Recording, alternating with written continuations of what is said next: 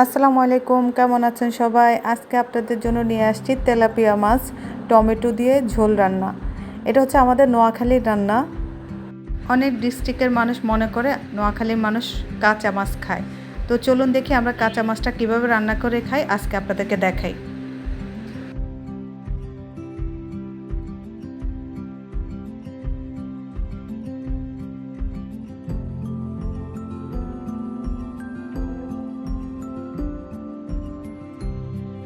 আর বলে রাখি, আমার রেসিপিগুলো একদম শর্টকাট। আমি সবসময় রান্না করি একদম শর্টকাটে, যেন মজা হয় এবং খাওয়া যায়।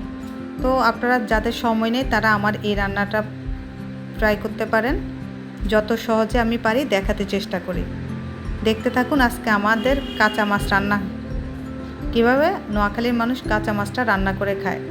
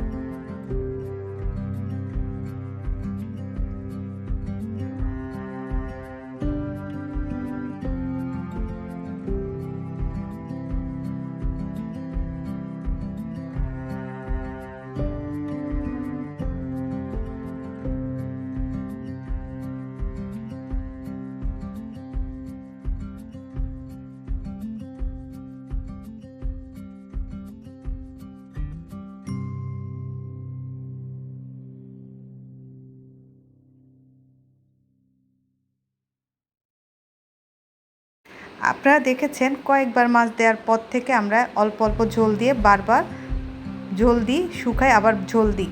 এভাবে 3-4 বার করে মাছটা কষিয়ে নিলে আর এই মাছ কি কাঁচা থাকে আপনারা বলেন? তো এই মাছটার ঝোলটা গাঢ় হলে আমরা গাছের ধনিয়া পাতা দিয়ে দিব। আমার ছাদের ধনিয়া পাতা দিয়ে আমি আবার ঢাকনা দিয়ে রাখবো।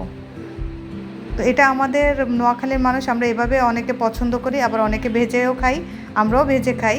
কিন্তু অনেকে মনে করে যে আমরা নোয়াখালীর মানুষ কাঁচা মাছ খাই, তো আমরা কাঁচা মাছটা এভাবেই খাই।